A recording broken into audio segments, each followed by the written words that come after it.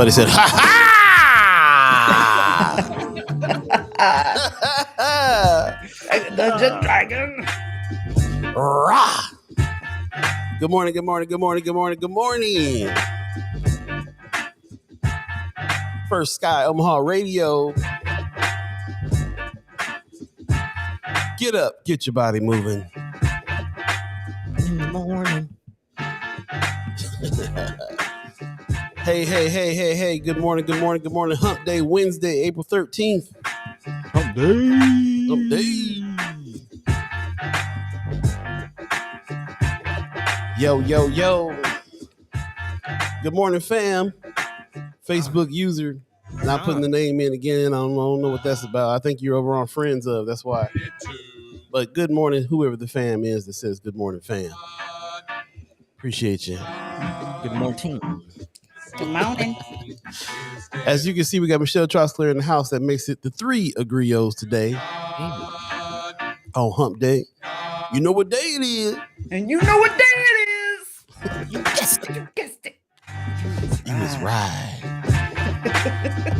Wednesday, April 13th, 2022. Good morning. First Sky Omaha Radio. First Sky Omaha in the morning. In the morning. Paul Beeee, Buddi3 Da Gawd, Michelle Trostler, and Star Trek Rich. What's happening? I did that. I swear I got the biggest, longest finger ever. It looks like that's the long finger of the law right there. Can scratch your brain with that one. Or other parts. Just don't be picking your nose. You might be scratching your brain. Don't even know her leg twitching. Hey, good morning. As you can see, the shenanigans has begun. The 3 Agrios are in the house. Paul Beeee, Buddi3 Da Gawd, Michelle Trostler, and we got Star Trek Rich hanging out. It is Wednesday, April the 13th, 2022. Good morning to all y'all in the chat. We got Von Chapman that gives us a good morning. Stacey Jean says good morning. First Sky Omaha family and friends. Wanda Lewis gives us a good morning. Terry Bricker gives us a good morning. And Pop says Women's Wednesday. I love it. Greetings, First Sky Squad and fam. What's happening, Pops? Yeah, what's going on with y'all? Got these folks up in Adam this morning. Hey, they come in early with us these days. That's right. That's right.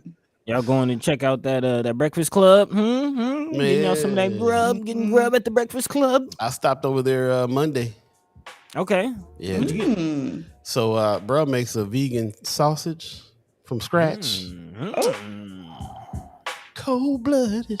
Vegan sausage. Yeah, vegan sausage. And he did eggs. He got some pancakes. Okay. Grits. Man. And the grits is right too. The grits be right. You know how you know some people grits ain't good. You know, the Midwestern grits put sugar in it. Look, I like sugar in my grits.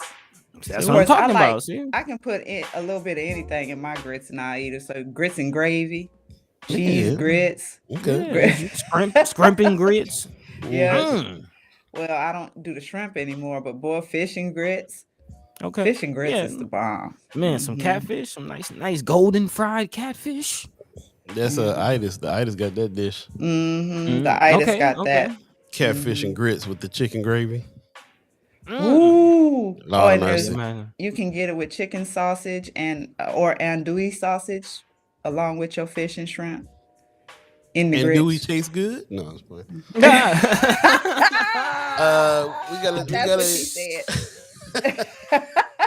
got a hump day from Terry Bricker. That's what's up. Melvin Muhammad gives us an assalamu alaikum Ramadan Mubarak. I knew I was gonna mess it up. No, you did all right. You did all right. Mubarak or Mubarak? I pronounce it Mubarak. Mubarak. Well, alaikum salam, brother. Thank you for joining us this morning. Judy Prinzer gives us a good morning, fam. Good morning, Judy. How you feeling? Miss Erica Felt gives us a good morning. Pop says sugar, butter, cream for my grits. See, Pops. See, that's... I don't know. Nigga talk about bad down here. He cream of wheat in the grits. Right. That's cream of wheat. Need that. I mean, it's salt, probably pepper, butter. It's probably good too, but yeah, I'm salt and pepper butter cat on mine for sure. Well, I'm brown sugar butter. Oh and yeah, a little dash of milk. It's not oatmeal. Y'all doing? It's not oatmeal. And then in the afternoon, that's when you start adding the meat and the gravy and the stuff to it. Oh, I see. This is, it Uh-huh. depends on the time of day. Goes Yeah, goes That's in. it's it. breakfast grits, and then there's lunch grits, and then there's dinner grits. Gotcha. That's I'm what's with it. up. I'm with it. I definitely agree. Grits is an all day kind of thing. Yeah, Yes, man. indeed. No matter how you like your grits, thanks for tuning in with us. Well, Rome's Reviews over there on YouTube says you can kiss his grits. Mel, kiss my grits. Miss Erica Phil says I don't do sweet grits, but love cream of wheat. Now, that's what I'm saying. That sounds like the stuff you put in cream of wheat and It oatmeal and is. all that. Yeah, I can do okay. cream of wheat. I guess it's probably good in grits too. Then it's the same kind of, Mhm. Yeah. That's what's up. So exactly just like oatmeal and cream of wheat and Nah, malto man. meal. It's not the same. It's not the No, same. malto meal. No.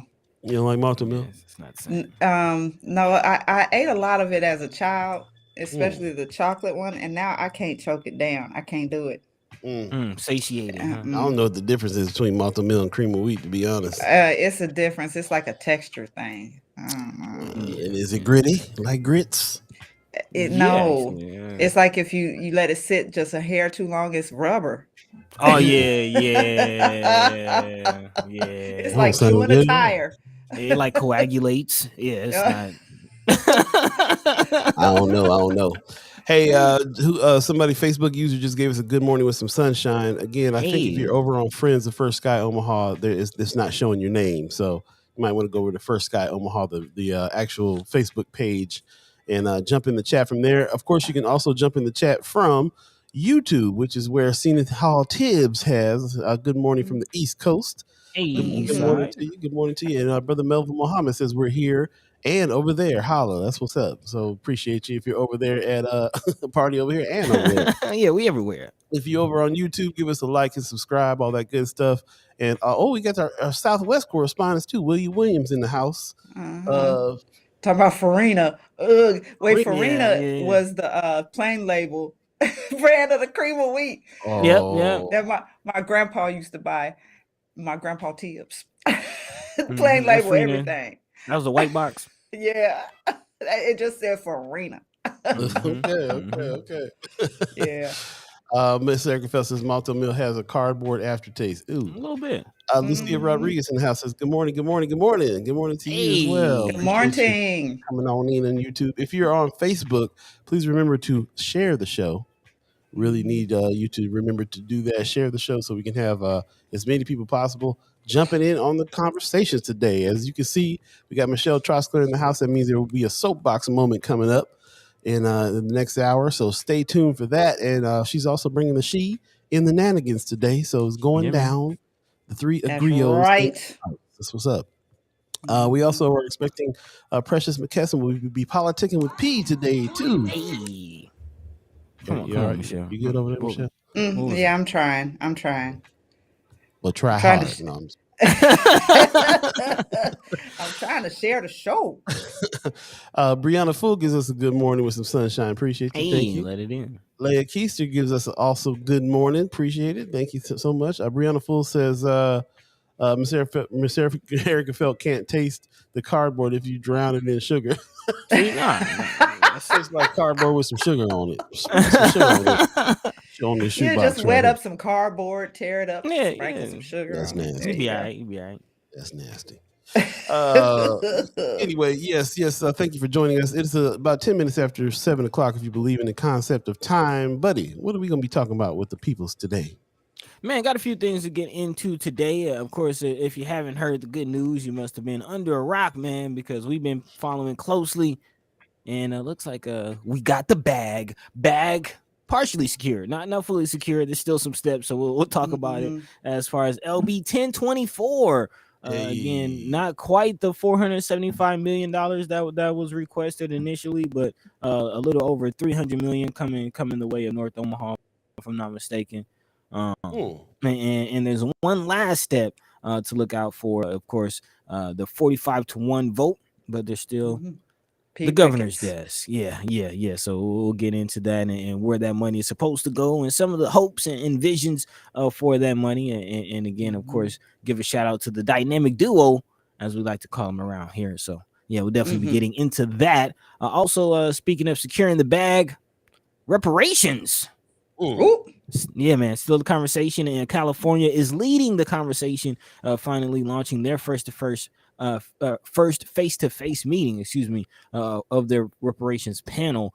So we'll be talking about what came out of that meeting and just what to expect from this panel, and how are they going about reparations. Of course, a conversation that's been had over the last several decades and continues to be had. So definitely diving into that, and also looking at some business things. Hopefully you were able to catch the Abelardo's conversation we had this past Friday, and now we're turning the spotlight and looking at a couple of black businesses in the North Omaha area. One in particular in the Benson area is making some waves, and then another is fighting the good fight, man. A black businessman has sued the city of Omaha, as reported by Omaha World Herald. So we'll dive into that. I think Brother Inamar Valentine posted this on the Friends of page, so thank you for that. And then also Brother Melvin Muhammad shared this on the Friends of First Sky page, a list of schools that are predominantly African American, and this is again several years after the Brown v. Board Education decision, and just a month after. Shout out to our partners who are at the Reader, Bridget Fogarty, dropping the White Flight article. I don't know if you caught that, but a lot of white students have been pulled out of OPS over the last year or so. Yeah, we'll talk about that and more throughout the next show, or next couple of hours. Of course, Michelle Troxler Soapbox Moment, Politicin with P, all of that coming your way. The three griots. Yeah. Yes. You forgot what it's called. Yeah, almost. We don't always agree, but the three agreeos. Yeah, I like that. We'll go with that one. First Sky Omaha in the morning, a hump day edition. Let's go. Let's do it.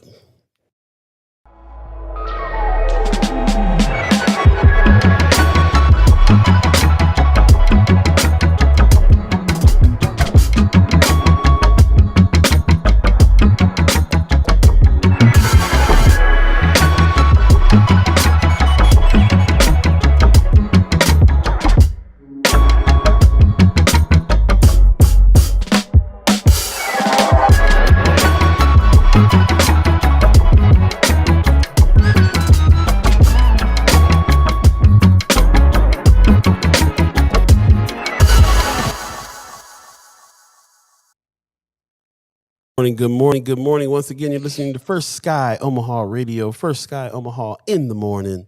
In the morning. Paul Beeee, Buddi3 Da Gawd, Michelle Troxler, and all of you, the chat chimers. Thank you so much for joining us this early in the morning. Also, Star Trek Rich, we're live from Weberized Studios. Go to weberized.com if you got podcast ideas. We're also live from Atlanta in the Life is God studios going down right now. So, it's going down, man. Thank you, Judy. Appreciate that. Great graphics. Morning Familia from Facebook user. You must be over on Friends of First Sky Omaha. I'm guessing that is Amy Hutfless. Tell me if I'm right. Okay. Also, Ariel's 402 says we got 97 subscribers. Need 3 more race to 100 subscribers over on YouTube. So if you're on YouTube, please like and subscribe so we can play that YouTube rhythm algorithm game over there and all that good stuff. But anyway, thank you for joining us. Y'all feeling pretty good this morning? How y'all feeling? I'm a little sleepy. Yeah, same here. See, you're supposed to rally. By this time, you're supposed to be like, we good. We ready to go. We going to pump them up. Well, I'm like that anyway. But I have to say, my eyes say otherwise. My eyes are do look a little sleepy. Trying to prop them up here.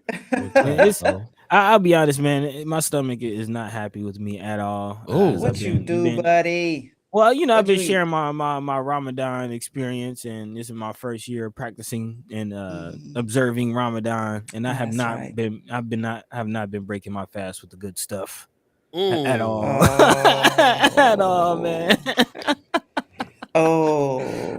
Man, yeah, my stomach. I had like some chocolate cake last night. Man, is it time for me? I need some Twizzlers. What's going on? Oh man, yeah. But I'm learning the lesson. So we still got about 2 weeks left to end this Ramadan. I'm definitely gonna do me like a juice cleanse at some point and try to restart. I'm not feeling All well. right. Go from one I'm extreme to the glad other. I don't live with you in Atlanta. Man, Whenever they talk man. about doing a cleanse. No. And again, what I've been eating, I need to cleanse. I need to cleanse. That's crazy. Well.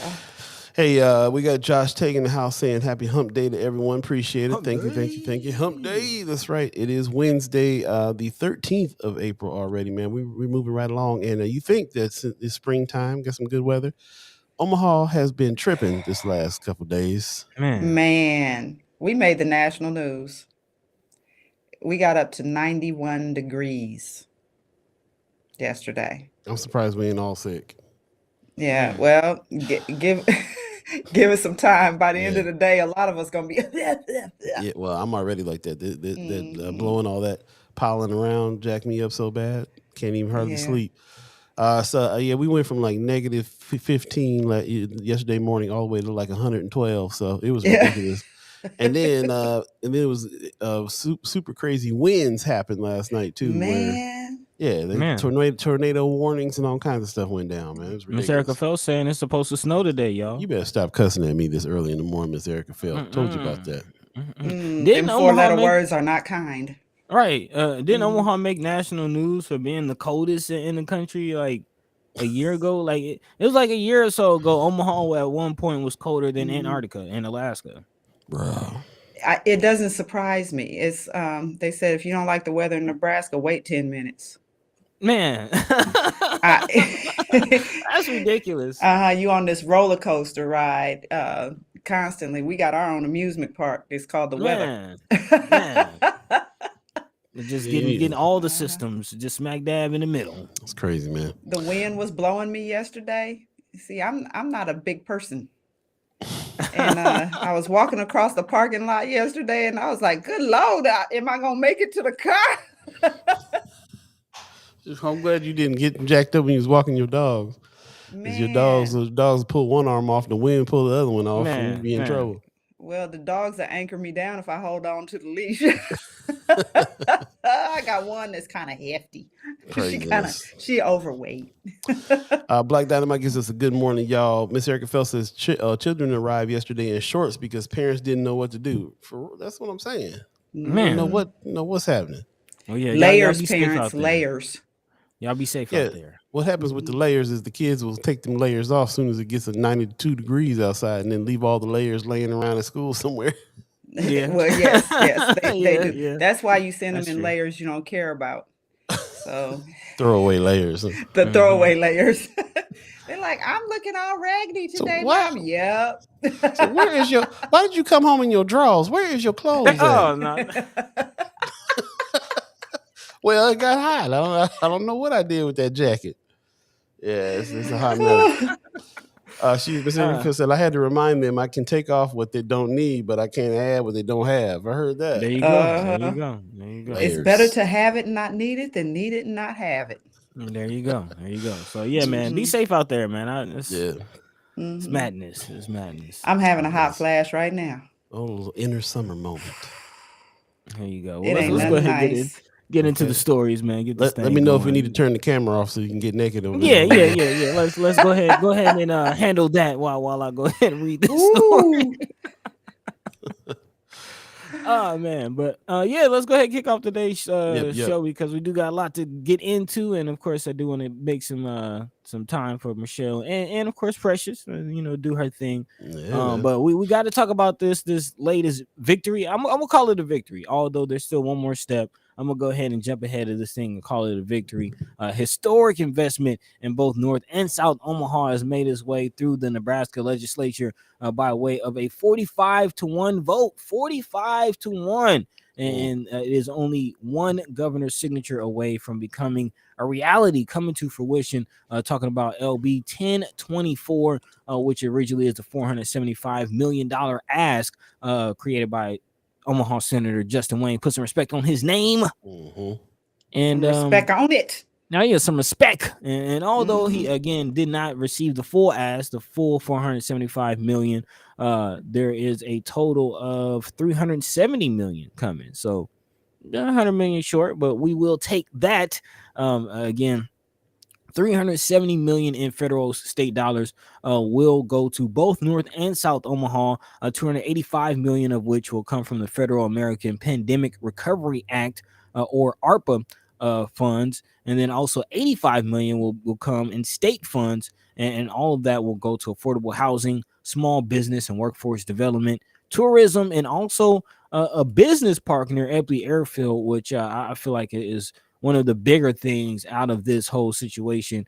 Again, we talked about economic development. We talk about job opportunities, specifically in North Omaha, not having to, hop on a bus, a plane, and a train just to get out west, just to work. That's going to change some things for some people. So I'm definitely excited about this. Also, Omaha Senator Terrell McKinney was in the trenches fighting for this as well. And he says that he believes addressing poverty in the community will address other issues such as crime and prison overcrowding, hoping for a trickle up effect, if you will, with this one. He went on to say, I think once we are able to provide opportunities for individuals, they won't look to the streets for the opportunities. And 10, 20 years down the line, North Omaha is a vibrant community. So definitely hoping this will not only fortify North, but also South Omaha, with Senator Tony Vargas also chiming in saying it provides hope because it's the first time we've ever really seen these dollars go to these communities. So as the youngin in the room, y'all let me know. Have you seen anything like this before? Any investment to this magnitude into North and South Omaha? The largest investment made in North Omaha had to be the 75 North project. And I'm not sure the exact price tag of that, but it's nowhere near $300 million. Yeah, I think it was about $100 million. Mm-hmm. I remember reading $100 million on that. So yeah, this is unprecedented. Mm-hmm. As the dynamic duo, as they kind of put it, this is a once in a lifetime type of ass, once in a lifetime type of situation. And although again they did not reach the full amount,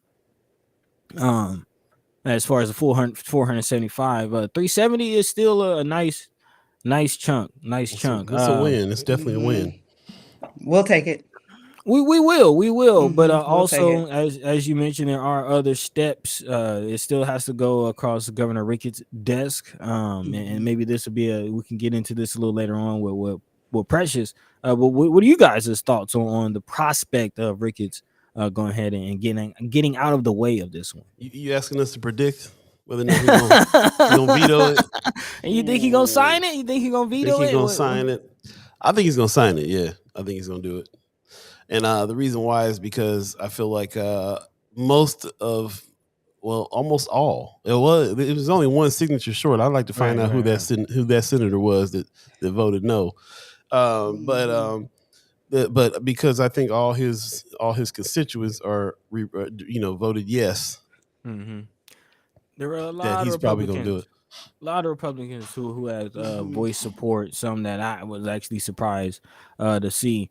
And again to the 45-1 vote that you're mentioning, I definitely agree. Even if he does veto it, I think Michelle, you mentioned that if he vetoes it, it goes back to the legislature for like a filibuster override or something. Vote. Override vote. So which is 2/3 of the unicameral. Which again.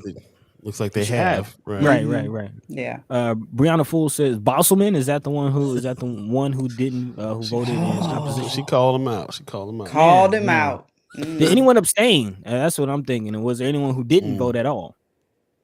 That's a good question. Good question. Yeah. I don't know the number of seats in the unicameral. I used to know that once upon a time. Yeah, Precious might have those receipts.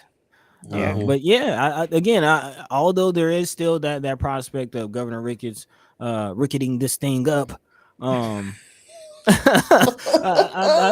think the chances of Omaha, North Omaha, South Omaha getting this bag is a reality. I think it is gonna come. I think we can call it a victory, and I definitely think we'll now's the time to reach out to the brothers, Senators Terrell McKinney and Justin Wayne, put some respect on their names, and talk a little bit about the process and how it worked and what happened and how it got there, and now what the big plans are, and then break down a little Yeah. bit more detail about where the money's going and what people can do, what we can do with that. Let's Now, get so active. Let's get active. Von Chapman says Rickety Ricketts may sign it, but with some changes. That's possible too. Okay, I better not be no extra lake coming out of them changes. Well, Brother it would Muhammad be says suggestions because he Brother can't make changes. Yeah. Brother Well, go Muhammad ahead. said, I'm sorry, Brother Muhammad said, unless we change the direction of OPS, whose children will qualify for these jobs that will be placed in North Omaha? Whose children will qualify for these jobs? Yeah. So, yeah, I didn't really hear any money going to the school system or education. Brother Melvin kind of sparked the thought in my head because we've been talking about the gentrification of North Omaha, and as Terrell McKinney, said, it could be 10, 20 years where we really, really, really see the fruit of this tree being planted. And if we're already out because of gentrification, then who who's actually benefits? Exactly. Who is this? Is this investment really for the people to stay in North Omaha, or is this investment again going to aid to the gentrification? Hopefully not. Again, hopefully with Senators Justin Wayne and Terrell McKinney being behind it, they were able to write some of that in there into the legislation. I don't know the particulars of the bill. But it's a valid point. It's a valid question, Brother Muhammad. Valid question. Wanda Lewis in the chat says, should be a fair exchange. They're getting their $50 million to do research for the lake. There you go. So a lot of money to go around this time. So it's good that we lake? They've been trying to build a $600 million lake. Yeah, and that was the other thing that some people were trying to get instead of those ARPA funds going to North and South Omaha. So a lake out west. Yeah, I think to draw people. Governor Ricketts is behind this. Well, I don't know if he's behind it, but I know that he is. He's the one who personally asked one of the senators to sponsor the bill. About the lake? Yeah. See, he asked a senator to write a bill requesting funds to do research and development for a $600 million lake out in somewhere in western Nebraska or the West Omaha area. Obviously, it's still happening because they getting $50 million to do research on building the lake. Yeah, it's all for tourism, and as you see, even some of the money that North Omaha is getting is for tourism. So there's this whole tourism push. Well, tourism brings dollars. The problem is with the lake, he's trying to build a resort area. Mm-hmm. And the thing is, and thankfully he's just talking about doing out there because I don't know if you watched Amber Ruffin's special she did on how they put lakes over Black communities. Mm-hmm. Ooh, the first episode of Atlanta. Mm-hmm. And I see Lake Lanier billboards all over here, and I'm just thinking like, yeah. Mm-mm. So the houses are still under there. That's what's so crazy. And I'm like, $600 million lake. He trying to wipe out North Omaha. He trying to put us underwater. Dang. No, they won't do it. They got a different plan for this place. Yeah. Right. But it's funny that we keep referencing Atlanta. And there's a couple stories going on today that we can reference the new season of Atlanta. Definitely. Definitely. Yeah, man. dude. So anyway, like I said, it's a win. 370 million is a win. It sounds like it's going to go to some of the places that we have been discussing and talking about with the brothers too. Arios 402 says Nebraska is trying to hold Colorado to a 100-year-old agreement that will funnel water to the lake from the Colorado River during a drought and not even our water. Yep, heard about that this morning too. Thought it was pretty interesting. Don't know what to take of it. They're Colorado seems to be very skeptical about this and like, look, we got our own water consumption situation over here. We don't need to be somebody to be drawing water from us. Right. So and that it just doesn't. It's just the stuff that Governor Ricketts does just makes no sense. Like, how do you support the XO pipeline and then which is potentially going to ruin the Ogallala aquifer, and then try to pull water from Colorado? Like, how you gonna ruin our water and then try to take Colorado's water?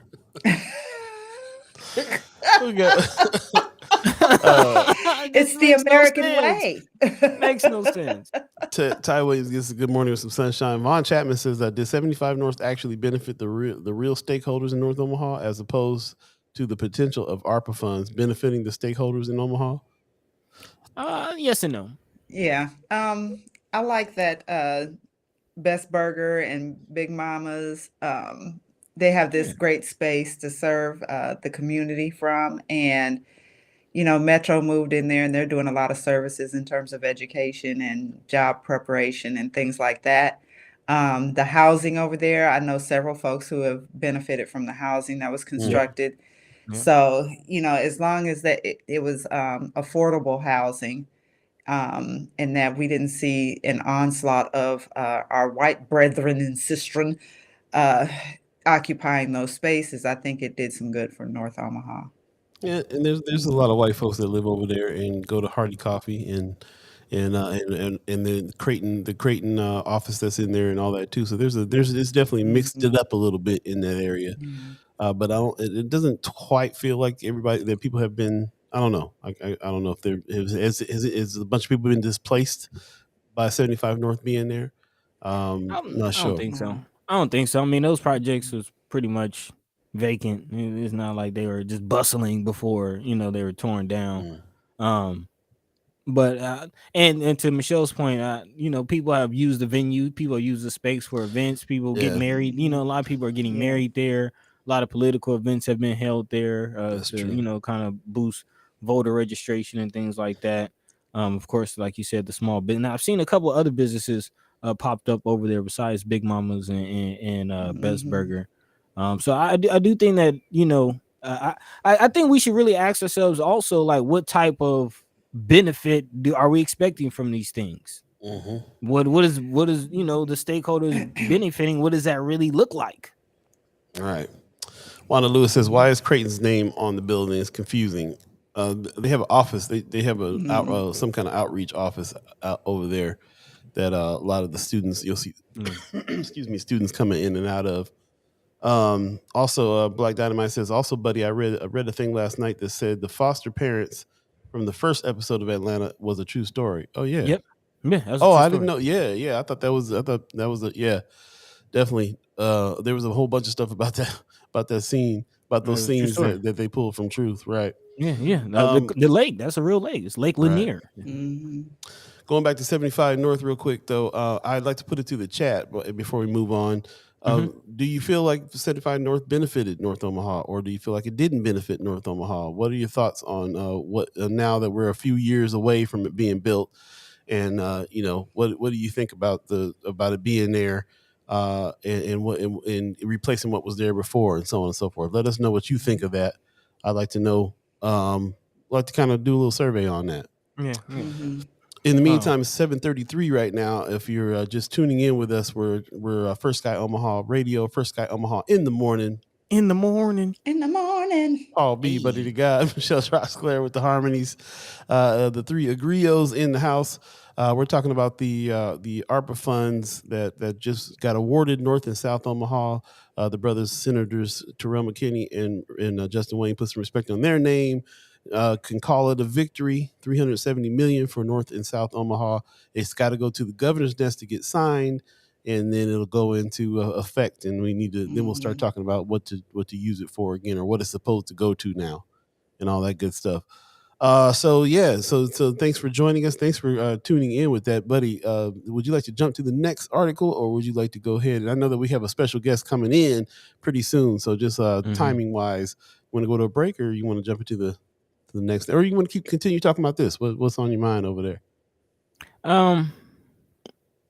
I kind of did want to mention just one last thing as far as the Mhm. 75 North situation, because as a few people kind of rolling in with the answers, Rome's of you said did not benefit initially. Maybe he says how's it still benefiting today, Okay. and I do think, like I mentioned there, I have seen the community gravitate towards it, use the facility for some things. Mhm. But there's still a couple bays that I would like to see businesses move into. I don't know Mhm. why several years those, I'm talking about the business bays next to Hardy Coffee. Mhm. Why haven't those been filled? What's going on Because with the rent those? is high and there's very little capital being provided for small business owners to occupy those kinds of spaces. So there's the problem there. But one thing I do want to add is that it's not just about the use of the space, it's about it being there in the first place. Aesthetically, it has really benefited North Omaha. Yeah. We have these nice new facilities, and it really raises the property value in that area as well, which will benefit us in the long run. And I grew up in that area. Again, my family owns several lots at the 29th and Parker corner, and my brother and sister used to, I got a lot of history in that area. So I have to agree with Michelle. Aesthetically, I do think that it elevated, the area, and just, coming north from downtown, it's nicer to see that than to see the projects. I will say that. But again, to Michelle's point, I would like to see that's supposed to be the accelerator building, right? Let's accelerate some small business. Let's get them in there. Let's see some acceleration. Right. Let's help them out. Not just Big Mamas and Bestburger either. Let's actually get some startups. Let's get some people in there. So, Brother Muhammad says benefits. Walgreens, Charles Drew convenience store has created commerce, perhaps. So we'll see if that did that business, the businesses around 75 North get better. Miss Erica Felt says, do the apartments at 75 take Section 8? I'm not sure. I did know that they do. I didn't know they do a sliding scale is what I did know about that. So it was a sliding scale depending on your income. Some people are paying more than others, but I do not know about Section 8. Yeah, I did hear about that. Von Chapman says, "Yep, go ahead." Go ahead. He says, "Did home ownership increase, or are the black businesses paying rent to those who created the space?" Yep, another good question. I don't know. Rent's being paid. That's what's happening. Any ownership? I don't think there's no ownership. I believe there's no ownership in 75 North. It's all rent. So surrounding area gets some better ownership. Like Michelle was saying, it probably up the value of the area. The property values, which is good and bad. What tends to happen initially is the taxes are raised, and then you have people who are struggling to pay those increased taxes. But overall, if it raises the appraised value of the houses in that area that are owned by us, then at some point we can reap the benefit of the asset. But the way it is right now, people may be suffering from tax increases. Ms. Erica Fell says, I'm asking because there were still people in Parker Projects who were given Section 8 vouchers and given 60 days to find new housing. Yeah, and that's one thing I have heard about Section 8 is fewer and fewer properties in the North Omaha area are being considered for Section 8. A lot of the Section 8 housing is being, offered out west. And which kind of again aids to my feelings of this gentrification that we might be seeing right now. That might be a forced gentrification, kind of easy way to move that class out west very quietly, might I add. Yeah. Wanda Lewis in the chat says, how did they acquire a liquor license and hard for other businesses in the community to get one? They continue to allege there's too many establishments in the community selling liquor, but big businesses have no problem obtaining one, just like North Downtown. Yeah. There you go. Which actually, that's a perfect segue to the next story.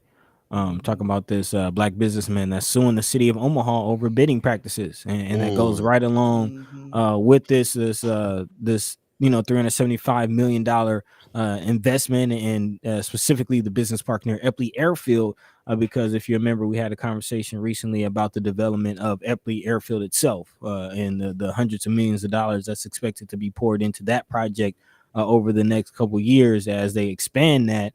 And can we get some black contractors? Can we get some quote unquote minority owned businesses to get a piece of that pie to secure some of those contracts to go along with this economic development and investment in North Omaha? And the need for legislation, not just the intent behind that, but some actual legislation to support that.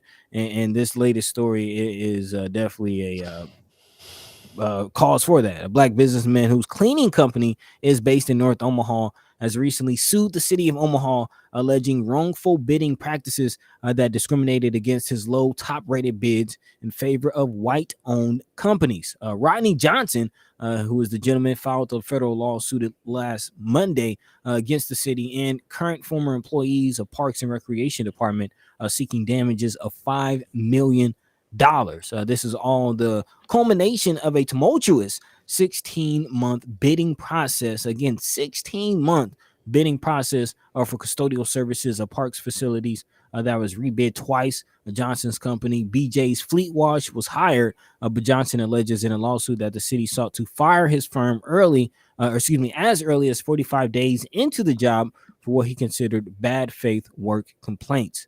Johnson said he thinks one reason the city wanted to avoid doing business with him and his company is that he, as a private citizen, filed several public records requests, a demand letter, and a subsequent lawsuit in Douglas County challenging the city's trash contract, which was approved in 2019. Johnson and his company were not involved in the trash contract or the bidding process, and the now pending lawsuit was filed by him as a third party and a resident of Omaha. So again, he feels like he's being targeted unfairly from the city, and we've talked with Senator Justin Wayne about the lack of minority-owned businesses and contractors being able to secure these types of contracts. So, is this brother on to something, or is he tripping? That's a good question. Tonight, Patterson in the chat says they tried to maneuver him out of the cleaning bid, didn't want him in the first place, so sabotaged the contract. Okay, there you go. So a little more information on that. And yeah, this is an interesting story. I think they really need to be watching out.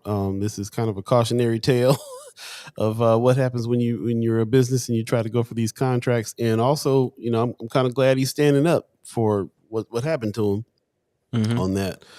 I definitely think that it's a move that more of us need to be making under these circumstances. So, what say you, Michelle? Well, what say I? And I think that there has been a long practice of keeping minority-owned businesses out of major contracts. The bonding process for insurance and all of that has been one of the ways they've done it, because you have to have like 100,000 plus in assets in order to be bonded or something to that effect. So in his particular case, I don't know about the cleaning industry or the cleaning business, but what I do know in terms of liquor licenses and general contractors for construction projects, there has been a long-standing history of discriminatory practices. When we talk about liquor licensure, which was brought up a little bit earlier, yeah, for some reason we are still operating under the Willie Lynch version of when black folk drink, we don't know how to act. And so they don't want to supply liquor licenses to businesses within North Omaha. So that's always been a problem. So yeah, we can go on and on about this. There's still those practices being put in place. When we talk about reparations, I've always said that there are a couple ways to go about this. One is to allow Black-owned businesses, general contractors and such, to do so without bonding, or to bond them, to have the city bond them. A special, yeah, so there's that. Also, of course, getting rid of Black folk student loans. I'm all for that. But all for that. All for already. that. But I'm glad these are some of the ways they can do reparations. So, and we will be talking about reparations coming up. There's an article that's going to hip us to some of the next moves that's happening in California on that. So, if you got ideas about reparations too, go ahead and bring those to the forefront of your mind so that you can comment on those when we get to that article as well. Definitely a conversation that's heating up strong in California right now in a big way. Yeah, and also the latest episode of Atlanta, by the way, too. So, I still gotta check that out. Living life with reparations is very interesting stuff. We're at 7:44. We are expecting Precious to come in here pretty soon.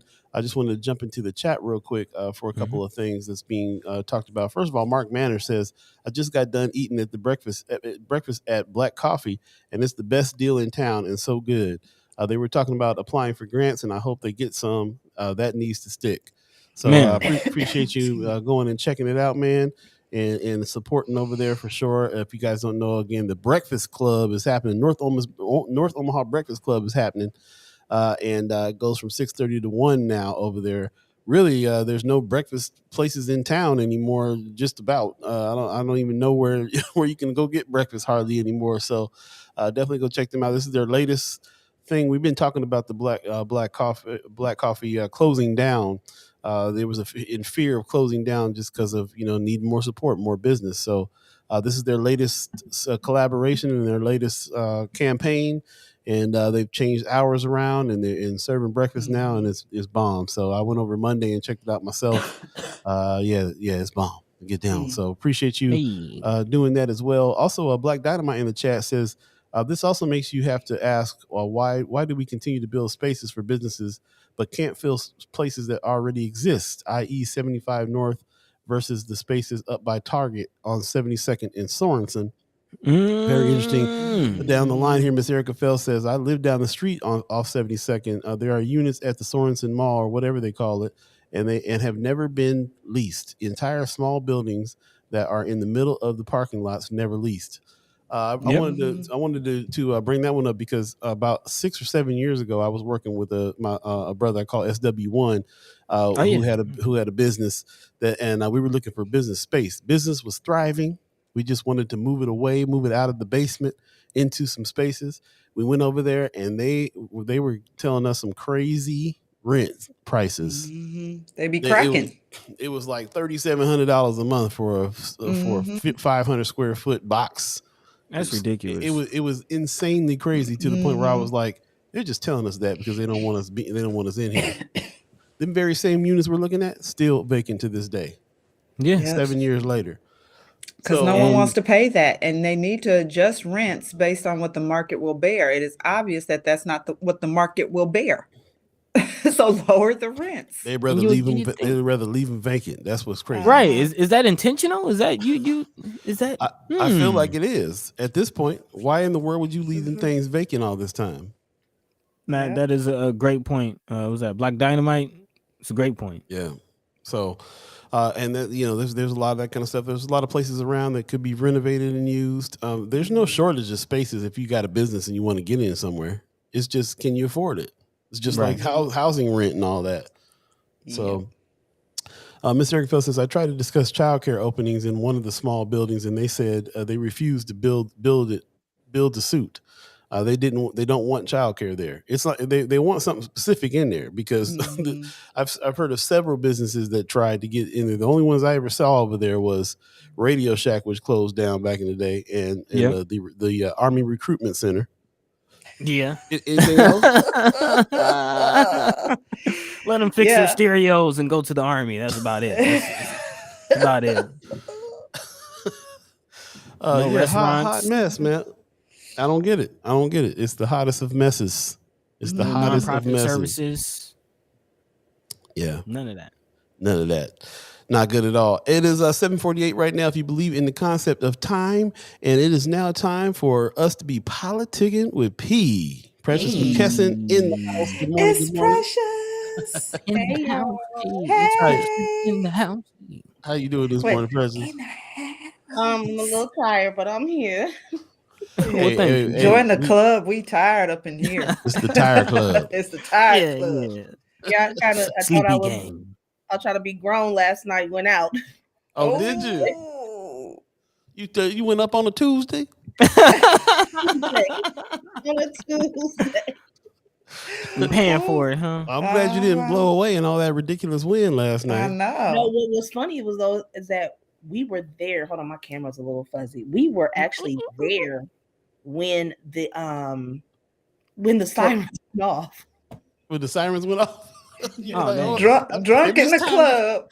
So we literally said, well, we'll be okay. The building done survived a lot more. So it looks outside. We gonna see y'all got a basement in the club. keep partying, y'all. We're gonna keep partying. It's underground, so yes, cool. It was good, but okay. We had a good time. we had a little nice music section, selection. Artist he came from Birmingham and sung and did some live music, and we laughed. We had a good time. Fantastic. Tuesday tornado. Well, right. Uh, Well, just to let people know that don't know who you are, and everybody does. History making P. Precious McKesson in the house. We are politicking with P. She comes in on Wednesdays with us, and we really appreciate her doing that. And it's really good to see you. I like your shirt. Elect more women. That's what's Yeah, up. I had like to that. I like that. wear this. Yeah, shout out. Yeah, we have to elect more women. I mhm. gotta make sure I have a message for y'all when I come on. Well, like we that. I like appreciate that, especially with my soapbox moment today. Oh yes, yes. Yeah. Looking forward to Woo. that. Looking forward to Uh-huh. that. Well, Brianna what's Full said legislation had their end of the year party last night. I'm dead. Oh yeah, that's the side die. Let me tell you, that is a thing. You do the side die, and the lobbyists, they like to take care of the people. I heard Because that. the libations. Well, look here. I okay? want to go to that Sound next all party. I right. don't care if it is on a Tuesday. That sound like a good Going time. up on a Tuesday. I'm ready. That's what's up. Mhm. Well. Of course, we talking about this win that just happened with LB 1024. So I guess y'all was partying. I was wondering if there's some parties last night going. Mhm. Well, they didn't party. I called Senator Wayne and invited him.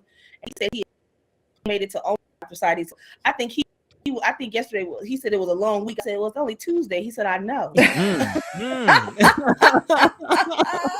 That's a long week when you tired by Tuesday night. Yeah. They putting in the work though. I'm sure. Yeah. So that was not an easy victory. Not an easy victory. Yes, but, Hard fought. It yeah, is. 45-1 though.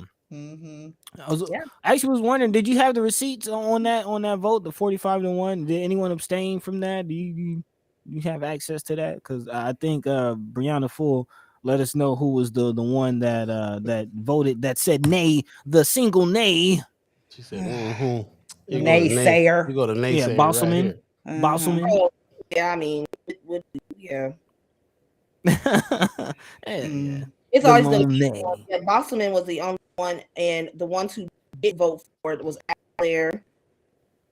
Wait a minute, you breaking up a little bit. Hold on. Right now. Your internet's a little low right now. Yeah, go ahead. Try it again. Can you hear me now? Yeah. It's a little fuzzy. Okay, I'll switch to because it's going to just a second. In the meantime, tonight Patterson in the chat says that there was supposed to have been a priority consideration for minority smaller businesses that qualified, but the city was ignoring their own rules, which was exposed through an inquiry. So the bidding process was redone, which is how he ended up getting the contract on the do-over. It seems like retaliation for exposing the back scratching the city was doing for its preferred contractors, and I think his lawsuit was definitely valid. Man, I'm glad to have somebody in the chat that got a little backstory on that story with the brother who's suing Omaha. That's what's up. That's what's really going on right there.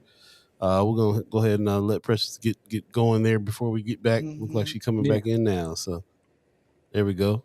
Okay. Ooh, crisp and clean with no caffeine. Look. Yeah. To the phone. Yeah, Cox Cable got me messed up. They're gonna send me a bill yesterday talking about my bill going up, but their internet don't work. Hey, we dealt. That takes us back to the minus soul days. Yeah, Cox. Number your days, Cox. Yeah, my bill won't go up, but y'all service don't work. But not a Cox fan. Who just abstained was Aguilar, Hughes, and Pauls. And I don't know, Rich Pauls may I don't know if he's just still out. But those are the three that abstained from it. Okay. And I kind of threw this out to Paul and Michelle. What are your thoughts on Ricketts? Is Ricketts gonna pass that through? Is he gonna put the signature on it? I'm praying that he doesn't do anything stupid and does not veto it. I mean, I don't want to say nothing to trigger the man, but I'm just praying. Yeah, I don't think. Yeah, your mere presence triggers the man. So say what you want. I think that he will probably go ahead and sign it because it's such an overwhelming amount of support in the unicameral for it. Right. So I think he's just going to go ahead and sign it.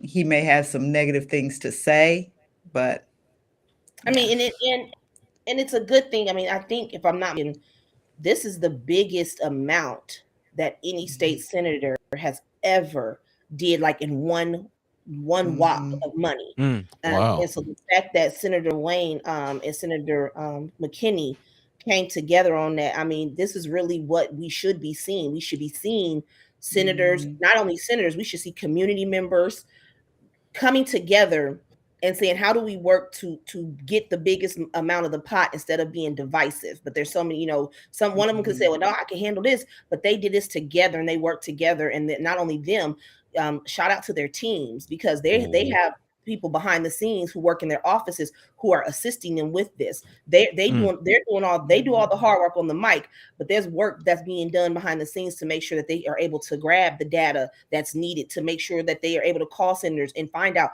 if those senators are on board with them, even though they do their thing on the floor. So you know, I always got to give a shout out to the staff as a former legislative staff, you know, because it really does a lot of work. So yeah. And I'll also like to say definitely to give a shout out to the senators that we know supported as well. Senator Carol Blood, put some respect on her name. Senator Megan Hunt, put some respect on her name. Michaela Cavanaugh, Tony Vargas, put some respect on their names. So, you know, those are the ones that we talk to personally and know that they've been behind this bill and been helping as well. So, and I'm sure a lot more that we don't know, but you know, that's what's up. Yeah. Got to give shout out to all of them. But again, I'm gonna stick up for the staffers. I definitely appreciate you. So let me tell you, they really, I mean, this was a lot of work. And I remember when Senator Wayne, I was about to call him Justin because, you know, because of friendship, but I remember when Senator Wayne told me about it and we were talking about it, and I was like, for real? Y'all gonna try that? Okay. And then I remember coming back and it was him and Senator McKinney. They were having drinks and I had happened to pop up and I was like, what, y'all having a powwow about it? You know, I made a little comment. They was like, precious. And I was like, and so that's when we, you know, and then we heard that, you know, when there was people that weren't on board, especially with the governor, who they didn't want to do the full amount, you know. And so they did what they had to do. And I mean, it's a lot of work because you have to do a lot of reaching across the aisle. You got to do a lot of things, you know, talking to people, really talking, but letting them know how much impact it will do for North and South Omaha. Like that's major for North and South Omaha. And now we be able to see what happens with it going up. Yeah, the problem I see happening now is because you know how they like to lump us together with downtown with the NODO and the allocation of those funds and where they actually will be going and who they're actually going to benefit. So the boundary set for what is North Omaha, the boundary set for what is South Omaha, if it overlaps with downtown, we have to be very careful in how they are spending that money. The problem I see it's been going on for years and years and years. The reason they classify it as NODO is so they can use the statistical data from North Omaha to benefit downtown Omaha. Well, but it's technically, I mean, no, everybody knows my feelings on this. I have been saying this for years. That is not North Downtown. That is North Omaha. That is a part of District 2 for for City Councilwoman Juanita Johnson. A lot of people did not know that during the time that once you hit, I mean, once you go to what I think is before you get to Dodge, it stops at Dodge. They don't cross over. So you do have to be very careful with how that money is being used. But it's so funny how they want to cut it, but as soon as now it's approved, now they all want to put a hand out and want to get a check. I say that about everybody else, how you don't want it, but you taking a check. Yeah, part. And so that whole Cumming Street area where all of those kind of the capital district that they just built, that's North Omaha, you're saying? Yeah, that's all of District 2. The Marriott Hotel, the CHI Center. They literally do not cross Dodge. That's where it's that's Jocelyn Center, who just is closed down to do this several $1 million situation too. So yeah, like you said, the money always leans heavy on that on that side of things. I was gonna just mention the senators had put some details out about where that money was going to go. They've been talking about the airport area. And so on and so forth. So I think when Pete Riggins does have the ability to make some suggestions on it, I think that he will probably sign it because of all his constituents giving so much support to it. But he also will not sign it without giving his suggestions on where some of that stuff ought to go or what ought to happen to it too.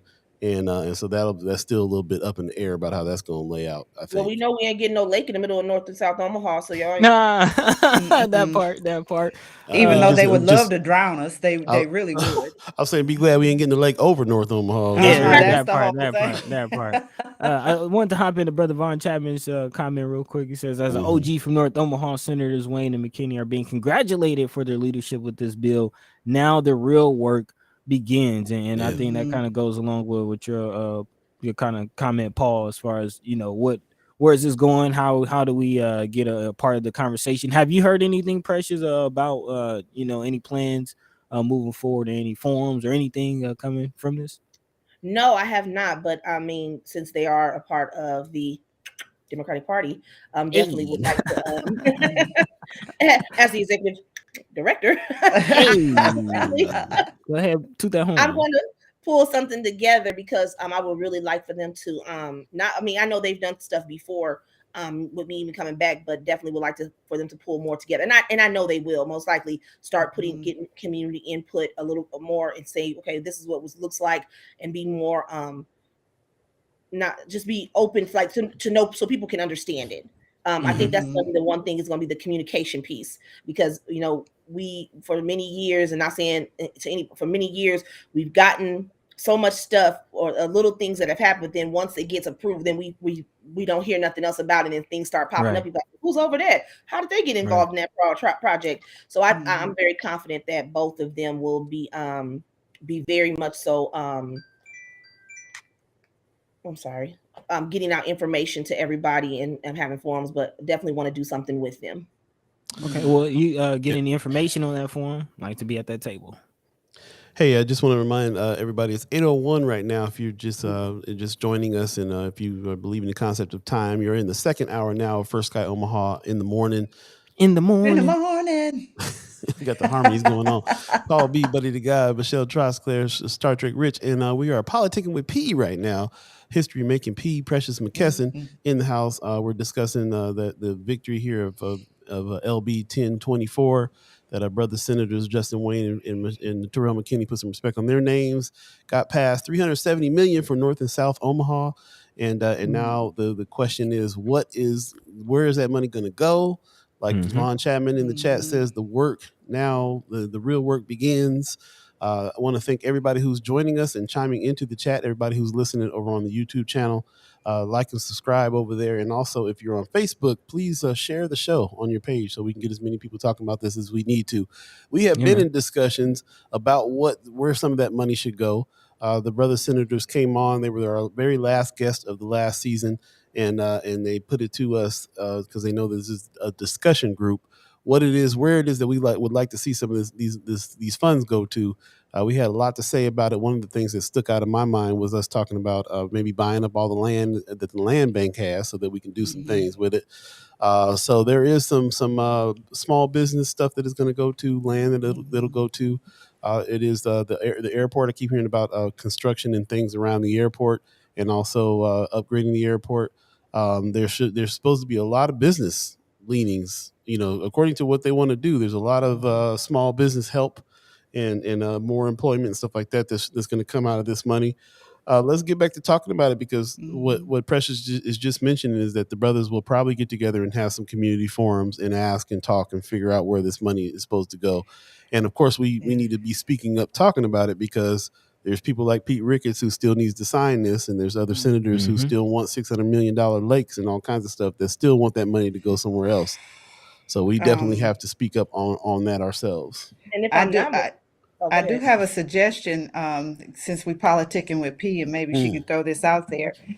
We have a lot of dilapidated housing in North Omaha, and a lot of it is owned by our elders, or who just don't have the funds, don't access the capital to update and maintain their homes and properties.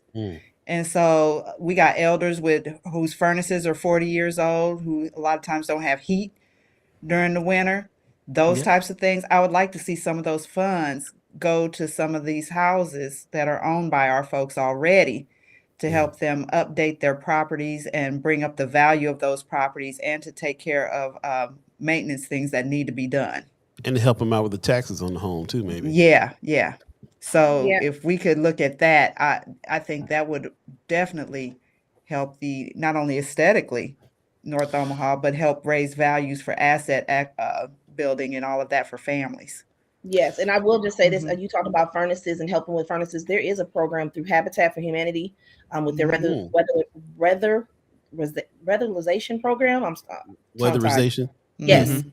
and you can contact. They can contact them, and they can assist them with getting furnaces. And if I'm not mistaken, those are at a low cost, or a cost of nothing, to Oh, especially wow. when they're elderly people, to be able That's to dope. assist. So definitely reach out to them. But we do need to see how we can increase Mhm. help our elderly people, but we also need to start helping our elderly people with many of them have the homestead exemption, and many of them don't know. Mm. For many Yep. years, I know what we ran into for many years, the husbands took care of that. And then if the husband passes, the wife doesn't know that every year they have to renew that. And that's how they were able to come in and say, oh, well, you owe these taxes. And now we put a tax lien or you lose your home.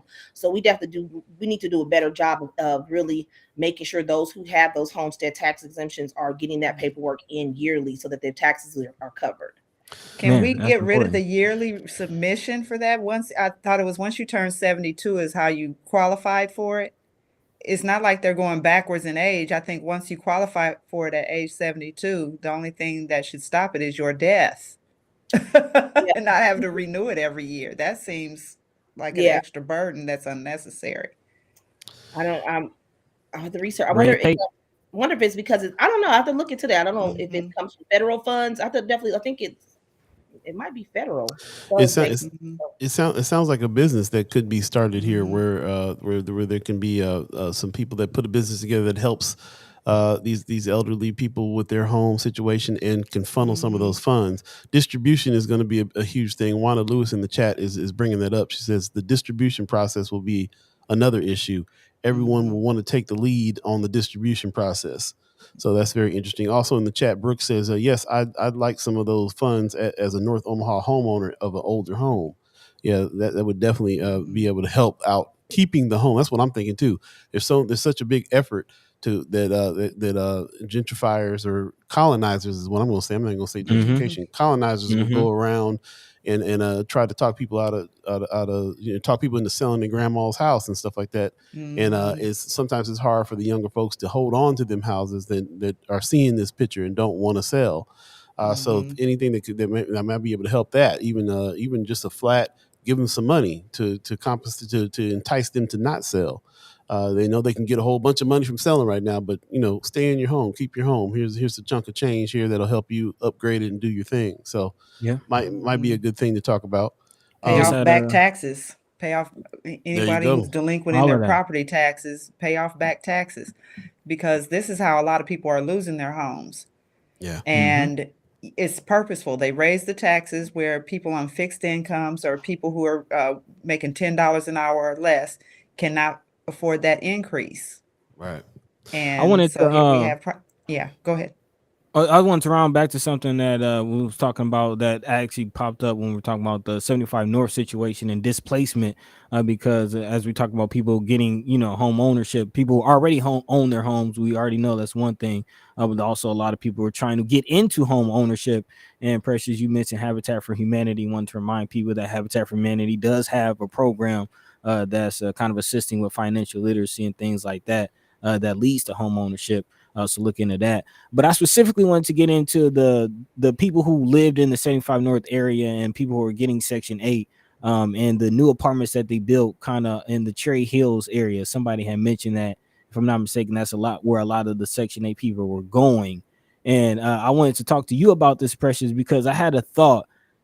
Is that area outside of the Omaha city limits? Is that area outside of that voting tract where those apartments, like kind of where this Walmart in Irvington is? Mm-hmm.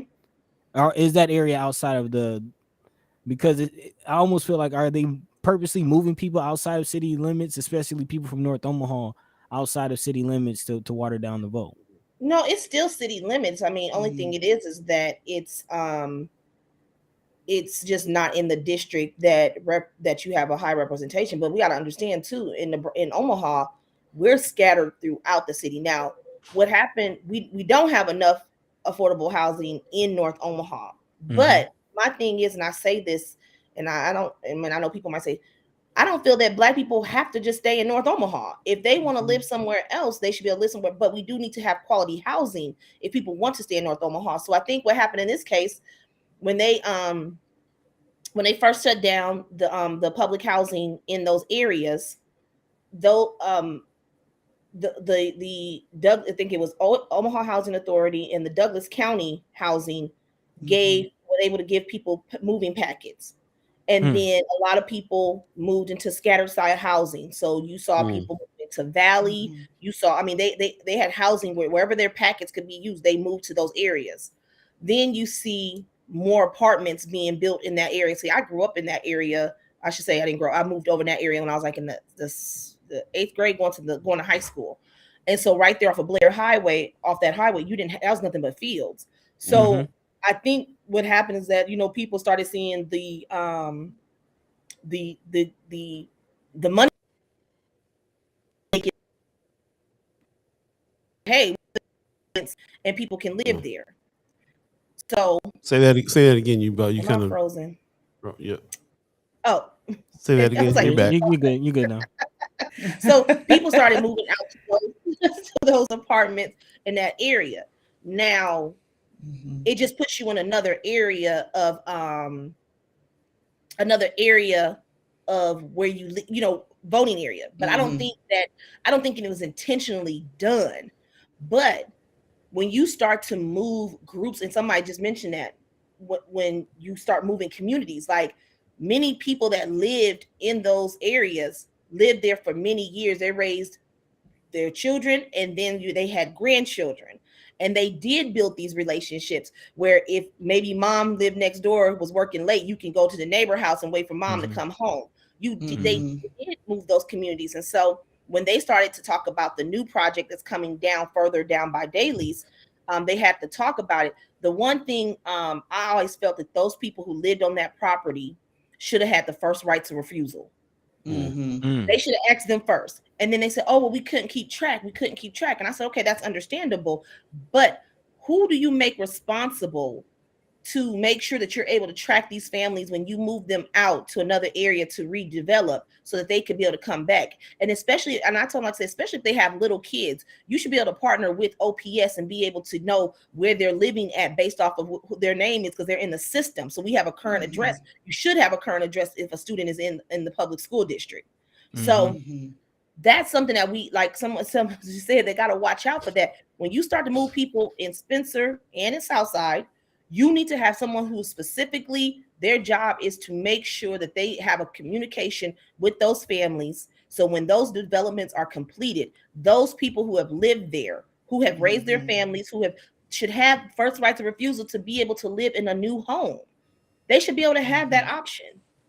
But a lot of times they're going from homes, though, they build these multi-family structures over where homes once were, single family homes once were. And so when that happens, first right of refusal, I go from a house to an apartment, I think they have been very remiss in trying to figure out what exactly the community wants and just putting in there what's expedient, convenient, and profitable. And I agree with you, Michelle, because those are, 2-level, upstairs, they are big enough. Now you're going to just maybe, some might have a little bit of a stair to go up the stairs, but then it's just most likely just an apartment. So it is a transition. We just got to do better. Yeah. There's an organization, the Omaha Missing Middle Housing or something like that. I have to look more into them. But it was made aware of it like 2 weeks ago. Someone on the show had mentioned it. But yeah, it's an organization that's looking at that very thing as far as the forms of housing. Seems like it's either multi $300,000, $400,000, $500,000 homes, or just those, like you said, multi-family living working space units like we see with the former CHI hospital that was converted into apartment building, or the Benson Lights, like those types of apartments with the commercial units at the bottom and apartments at the top. We're gonna see more and more of those rather than, like you said, single family units. Middle missing housing is what it's called. Right. So we'll keep this discussion going. There's definitely more in the chat to go check out. I'm not going to go back and read it all, but there's definitely check out the comments in the chat about some of this. We're basically talking about what we can do with this money that's getting ready to be won, which is 370 million for North and South Omaha, and we're still constantly. This is an evergreen subject for us to talk about what it is that what the needs are. We always float back to housing and those types of things, because the only development that's really going on right now in North Omaha are these multifamily apartment buildings and stuff like that. There's not even really any tract of homes or anything being built anywhere. So there's still a lot to talk about there, and we will continue that conversation. It's coming up on 8:15 right now, if you believe in the concept of time. Before we let Precious go, Precious, let us know what else is on your head right now, strong in your heart, what it is that we need to be looking for and doing something about. There you go. I knew it was coming. I knew it was coming. Well, we know we got an election coming up on May 10th. So All right. we need to make sure that if you got a ballot in the mail, that you're returning that ballot. If you have not requested an early ballot and you would like to request an early ballot, go ahead and go over to the Election Commission office, get that ballot requested. Also, make sure that you are researching the candidates, voting for the right candidate, and going in and supporting those candidates. And remember, those who run for office need money to support. But if you're not able to financially support them, a good way of supporting the candidate is making phone calls for them, knocking on doors, doing something to help them support their campaign. It helps them a lot. And then social media. Social media, yeah, use your social media platform. But I always say, I made I'll say that first. I can't say that. But I was about to say something. Don't I catch myself. Make sure that you are representing for who you believe should be in that office, and make sure you're talking to the candidates, reaching out to the candidates, because again, they are elected to represent you. I shouldn't say we're their bosses, but the voters are who vote you into office. So you should be able to pick up the phone and talk to any candidate that's running for office and find out why they're running for office. And that person should be able to tell you why without taking offense, because again, the voters is what will vote you into office. So just make sure that you're and if you haven't registered to vote, if you know people that need to register to vote, get them registered to vote. This election, even though somebody say, oh, it's just the primary. No, the primary matters, because in some races, the primary decides who goes to the general in November. So definitely research, support, and get out there and make those calls and knock those doors, text messages, whatever they have to offer. And then check into it. There's some campaigns that might be doing some paid work. So if you have some large campaigns who have some extra dollars, they may be paying stipends for walking doors. Just ask the candidate, hey, closed mouth don't get fed. Right. There you go. Can people vote right now? People can send in their votes. Yes, you can go vote right now. You can actually, the polls are open. Yes, you can go to the Election Commission and vote early right now. But I'm telling you, make sure that you are doing your due diligence. Many people thought, if our vote was not valuable, then why are they putting laws across this nation to impact our voting rights? So that means our vote is very much so important. People don't go chasing after nothing. They know how powerful it is, and they put a lot of effort and a lot of work into trying to suppress our vote. So make sure you're going out there and you're doing your due diligence. Just remind people, one of the suppression efforts that they're using right here in Nebraska is that they've changed voting poll places all around North Omaha. Your poll place might not be the one you went to last time, so you got to do the research, like a Facebook user here says. Figure out where your polling place is. Yep. And if you like, you can go to iwillvote.com. That's iwillvote.com, and you can check your registration, and you can also check, and it should be able to tell you where your voting location is if you decide not to vote early or vote by mail. So make sure that you use that information, and they'll be able to tell you different things. But we definitely got to make sure that we are educating and communicating when polls are being closed, especially at this high rate of numbers. And also make sure you're signing the back of your ballot. When you get that envelope, you have to flip it over. You have to sign that envelope on the back. Sign that envelope before you drop it in the mailbox. We want to make sure that there's no type of delay in your vote being cast. No shenanigans. None at all. None at all. IWillVote.com. It's in the chat. Go ahead and check that out and make sure you're up to date. Make sure you're on your P's and your Q's. So we can You're go ahead politicking with P's and Q's. Yes. Precious, it's always a pleasure. Thank you so much for joining us. Thank you. Thank you. Yep. Somebody asked the question, is Metro providing rides to the polls, or is it a general election? I don't know if I've never known for Metro area transit to do it. But I do know that Preston Love with Black Votes Matter will be providing ride to the polls. So if you want to drop him a message on his page, you go to Black Votes Matter on Facebook. Send him a message, and I know he will release that schedule. But they do offer. They have some strong people who have been in the political game for many years, who are part of a lot of things that we see in North Omaha. So those people most likely will be assisting again. He didn't do it for a few years due to COVID, but I think the last time I spoke to him, he said he was going to do that, and I know he's doing a big push in the towers and making sure that they're getting their voting and making sure they know that it's time to vote. So we are still, communicating with areas that we know of people who are not getting the information, but this between Black Votes Matter and other civic groups will make sure that we'll get the information out to them. That's what's up. Thank you very much for joining us, and we will definitely see you next week. And so many things to talk about. We never have enough time, but we'll see you again next week and continue the conversation. All righty, y'all have a good one. No more going up on a Tuesday, though. I was going to say. Learn the hard way.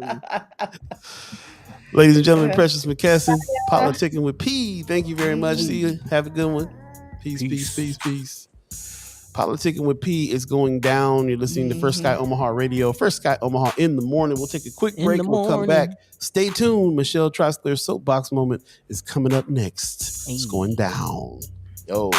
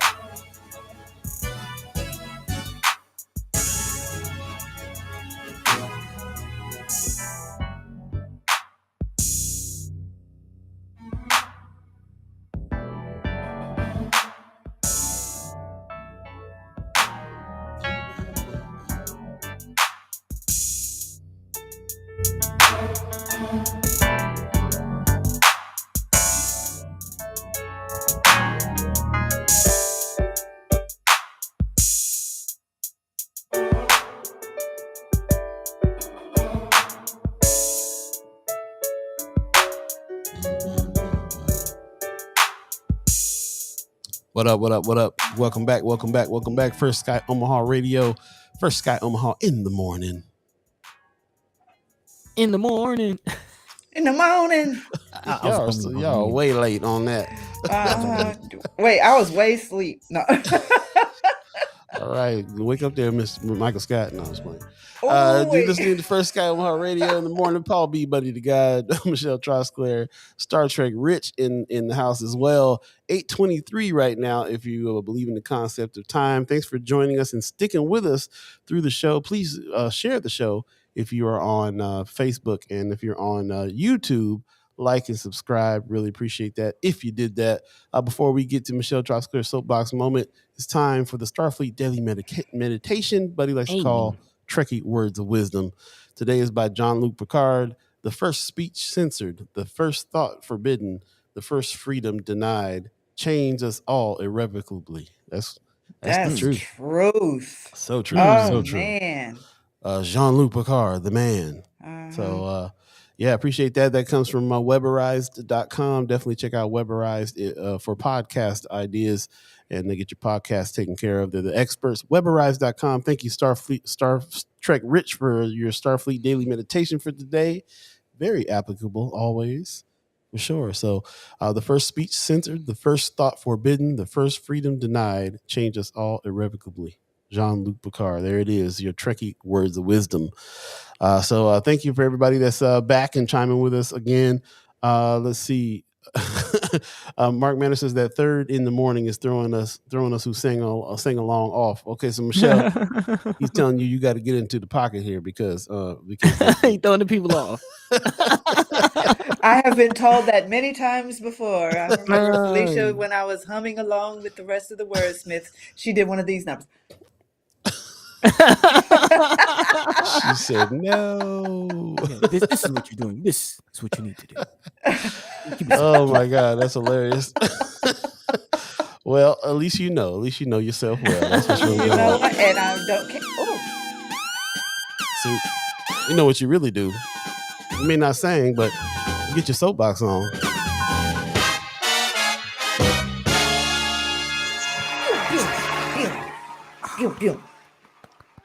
Okay.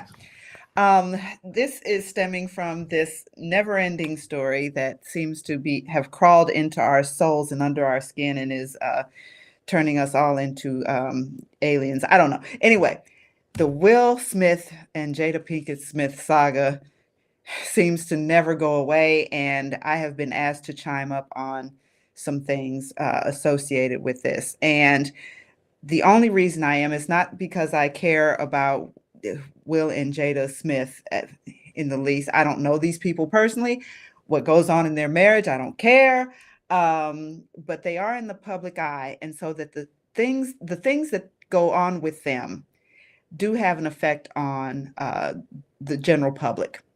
And what I have found floating through social media has been extremely disturbing, especially with reference to Jada Pinkett Smith and how people are doing backflips and twists and turns and contorting themselves to try to make this her fault, that tried to make Will Smith's behavior and actions something that she is responsible for. Now, on top of that, they have dredged up a lot of misinformation regarding her in order to demonize her. And I have just found it absolutely sickening and disgusting. And I have tried to combat that at every opportunity because it is toxic and it is misogyny at its worst. Now, when I looked up the very definition of misogyny and all of that, it's the hatred of, contempt for, or prejudice against women, okay? And it's a form of sexism that keeps women at a lower social status than men. And it is helping to maintain the patriarchy, which puts women at a second-class status. And so what happens is there are things that we say, there are behaviors that we have, there are little microaggressions that take place that help to perpetuate women's second-class status. And it makes it okay for the violence that occurs against women, whether it's domestic violence or rape or femicide. It's also sexual harassment. It is coercion. It is psychological manipulation and the controlling of women and their behavior in society. It's excluding women from the enjoyment of full citizenship or from being full human beings. That is the problem. And that is what I have seen happen. It's a slippery slope. When we start blaming Jada Pinkett Smith for the actions that Will Smith did on the Oscars, we are saying that bad behaviors that men perpetrate in the world, again, are somehow caused by bad women. And I wrote some time ago, as a part of a play that I had written, the damage that this can do. And because second-class status suffered by women around the world, more specifically in this country, is the belief that they occupy some strange space between chattel and personhood. And it's not by accident. Women throughout history have been relegated to this very strange space where we are treated intellectually inferior, that we don't have the cognitive ability to make decisions, to lead, to problem solve. And it is also based on men's physical strength versus women's physical strength, that men have, I guess, placed themselves at the top of the food chain. And in doing so, they have trampled over the human, very human part of what makes women part of humanity. They have just trampled that. And they have made it okay for women to suffer in some of the most horrific ways because of this. And so every time I see it pop up in my news feed that Jada Pinkett Smith somehow manipulated Will into doing these things, that because she is such an awful wife because she slept with somebody during their marriage, that she is, I've heard her called whore, Jezebel, all kinds of things. And so all of this to justify, I guess, what Chris Rock has said, not only on that night at the Oscars, but what he said about her in 2016 at the Oscars, which I found absolutely contemptible. For those of you who don't know, in 2016, Chris Rock got up at the Oscars and was hosting, and Jada had called for a boycott, that Black people should not attend the Oscars because none of us had been nominated. And the insult that he hurled at her was very crude, but what it was saying was, well, you don't get any good jobs anyway. You're not relevant. So why are you piping up about this? But the whole thing, the reason she's not relevant is because she's Black and she's a woman and she is middle-aged. Middle-aged Black women rarely get roles. And so he was basically supporting that fact by making a joke about it. Then he turned around again in 2022 and insulted her appearance. And men insulting women's appearance has been a way throughout time to control women, period.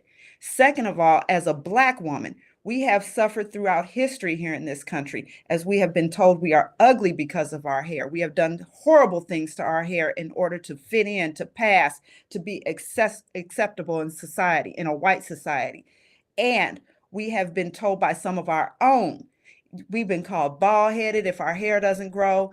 And that's why we spend billions of dollars on an industry and weave and all kinds of stuff, and processing and perms and all kinds of things, straightening combs. We made one of the first Black women millionaire because she invented the pressing comb to straighten our hair. Yet this Black man who knew all of this got on an international stage in front of millions of people and insulted a Black woman about her appearance.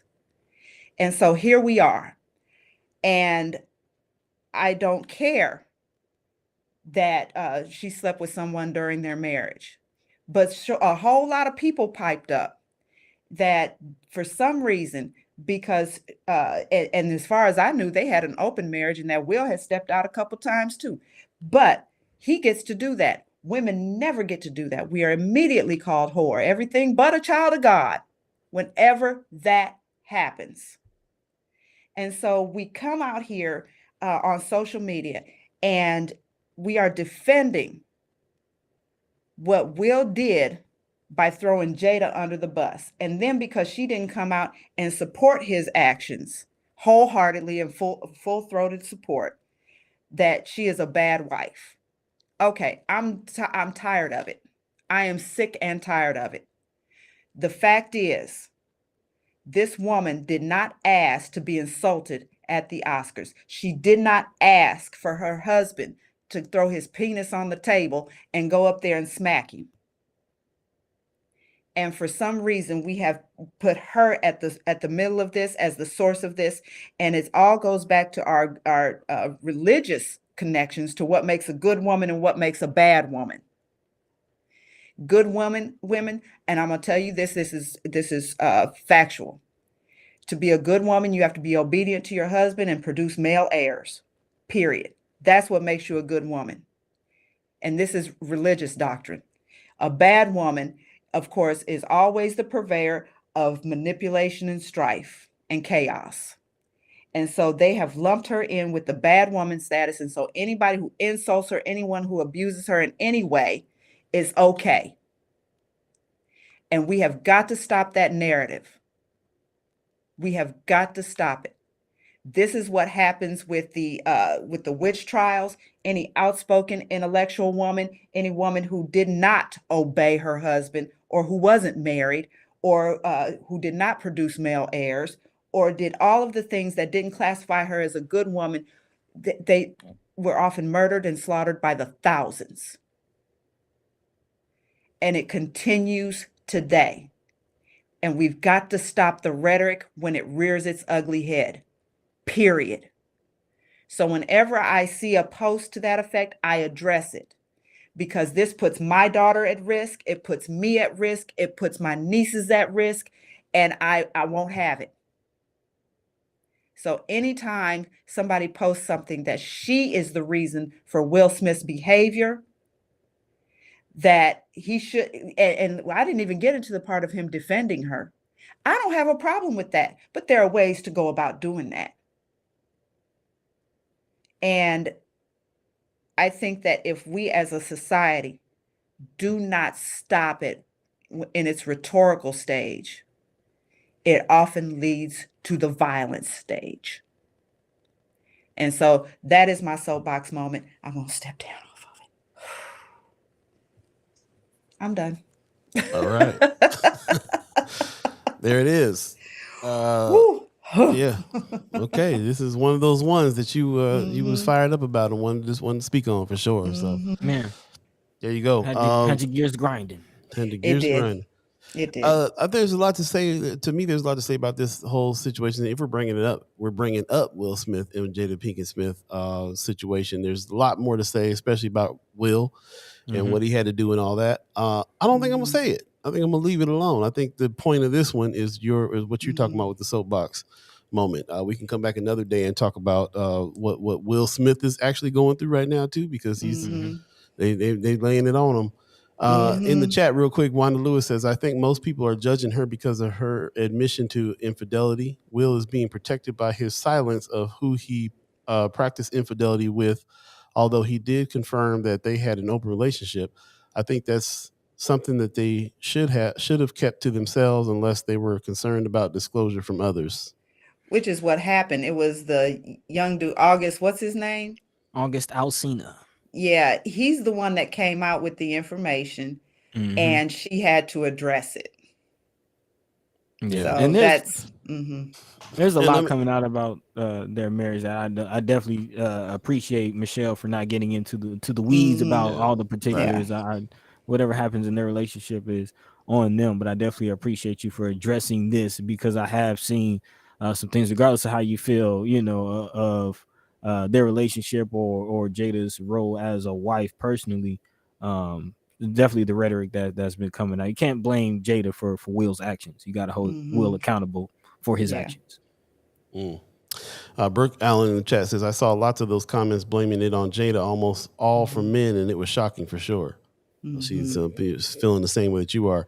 Janai Patterson says it's a whole Schrodinger that women are all powerful, witches, serpents, the remote control men into any and everything, while simultaneously weak and powerless. It's colonial fire and brimstone baggage that is amplified against black women. If anything, such attack on Jada further infantilizes black men on the sliding scale patriarchy totem pole. Okay. Von Chapman says, I love you, Michelle, but culmination of events, entanglement caused by Jada had nothing to do with Chris Rock, but had everything to do with Jada's disrespect for her marriage and Will Smith. Whatever Will did or didn't do during their marriage was not the red tabletop subject. Okay. Miss Shakerfield says, I don't care about her infidelity. That's her business. I do think dating your son's friend is gross. Okay. So yeah, lots of different opinions, lots of things to be said here. Like I said, might be a discussion to keep going when it comes to this situation that's so out in the public, and there's so many different aspects and opinions about it. As a matter of fact, I kind of went backwards on whether or not I was even going to talk about it, because at first I wasn't, and then later on I saw so many opportunities to be able to bring some things out about how women get treated, how men get treated, how what marriage looks like to people. Especially nowadays. And how the public is demonizing somebody with one of the cleanest records in Hollywood. Mm-hmm. And how because there's a lot of stuff coming out now about that about this is how they're this 10-year ban from the Oscars and stuff that went on with him. So there's still a lot to talk about. But today's subject is that it doesn't. There's no actions that a woman can do that you can't say, well, she made me do it, and then call her some kind of crazy person, and it is patriarchy. It is the thing that gets women attacked and all that kind of thinking gets women attacked and stuff all the time. Even his going up and defending her, was questionable. He had to go defend her honor. It wasn't like Chris Rock came down to put his hands on Jada. He said something, and is it patriarchy for Will to go up and smack this dude to defend her honor? Does her honor need to be defended? You know what I'm saying? I think that's such a complex subject. It's because Black women for so long have felt very undefended. Yeah. And it was a noble act in and of itself. However, it reeked of those old notions of defending honor and things. That's a very dated concept. And I don't know where I don't know where his head was at with that. It was so out of character for him. It was. Yeah, I have to agree with Paul that action was kind of a sign of some mental distress. And when we talked about it before, I had let people know that the last book I just read was Will's book, was his whole thing, and I felt like there was a big shift coming in the way that he's been being and acting, and it has to do with mental health. There's a lot to it. So there's a lot to it. But like I said, I kind of just want to try to keep it to what your soapbox moment was about. Yeah. Which is important. Don't take the importance away from that or veer off into other areas of this subject. But go ahead. There was one piece from his book that spoke to this, and that had to do with the abuse of his mother by his father, the physical abuse, and that he felt that he was a coward because he was unable to defend his mother. And so I see that damage for him may have reared its ugly head in all of this. But the thing is, what's happening here is perpetuating that type of violence towards women. It's not helping it. So.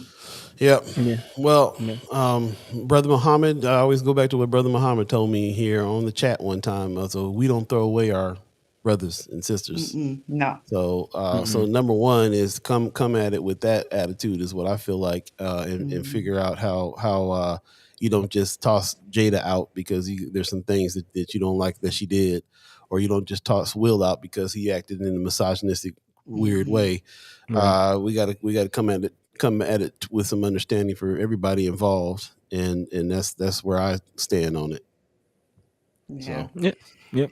Nobody in this situation deserved to be disrespected all the way around. I don't think Chris Rock deserved to be slapped. I don't think Jada deserved the joke that she received. Definitely given her health ailment that is the reason for her hair being the way it is. Well, even if it wasn't, even if she just wanted to be bald, that's all right. Right. And also, somebody pointed out in the chat earlier the fact that Chris Rock has a whole documentary about hair and the effects it has on women and women's relationship with hair and Black their women identity. Specifically. Yep. And their identity. That I find that joke very interesting. But again, as to Paul's point and to stick to Michelle's point, any personal feelings about their marriage that y'all might have, man, just let that go. That's their business. And that's definitely not a reason to justify any type of abuse or any type of mistreatment. Well, the demonizing of Jada, I think, is the main issue that I wanted to address in my soapbox moment. Is the reason she's being demonized is absolutely, it's age old, it's antiquated, and we've got to stop it because, like I said, when we start that type of rhetoric and tearing down women in that way, it makes it okay for other sorts of abuse to occur towards women. So, like I said, every single time I address it, that's what I am attempting to stop. Misogyny is, it does not help society overall until we start making women, putting women on an equal and level playing field as men. We will not progress as a society. And what we continue to do is place the value of women in their appearance. We discredit their intellect, and we put them in a place where their only purpose is breeding. And we say that they're the purveyors of all kinds of strife and manipulation. And we've got to stop that narrative. Okay. I have nothing to add. Yeah. I definitely have things to talk about with it, but now is not the time. Oh, yeah. I have nothing to add at this moment. Yeah, because I don't want to. I'm not arguing your point at all. There's some other. There's more things to talk about because it's a very deep subject. But it is. I fully agree with what you're saying. No, the demonizing has to stop. And when you demonize women and demonize anybody, the next step is some kind of abuse, and that's just the facts. So we'll leave it there. It's 8:45 right now. If you believe in the concept of time, we got 15 more minutes into the show. Thank you for everybody that's chimed in on this. Go back and read some of the comments in the chat. We can see how each other kind of feel and think about some things by going back and checking it out. And also, we will absolutely probably most likely continue this conversation. We can't, just leaving it all on the table there. It don't sound like us. Sounds like we'll probably pick it back up and talk about some more. Zane in the chat says hi. How you doing, Zane? Good morning, buddy. My brother. Stay tuned. Your dude. My dude. I saw some pictures of my dude yesterday playing the drums and playing the sax and all right, yeah, man, doing the thing. So miss my dude. Got to come over and see you soon, buddy. We'll come over and play some instruments. Just to let people know, we got the Haps coming up here pretty soon.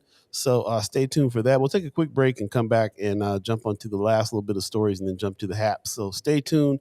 We only got about 14, 15 minutes left in the show. So it'd be nice if you stayed with us to the bitter end and keep on conversating, keep on throwing those comments out. Appreciate it. Stay tuned. We'll be right back. First Sky Omaha Radio. First Sky Omaha in the morning. In the morning. Yeah, you're right. That third one is throwing us off right there. Yeah. I'm gonna do me in the morning. Don't demonize Michelle for that third in the morning. Don't do it. No, don't do it. We'll be right back. Stay tuned for Sky Omaha Radio.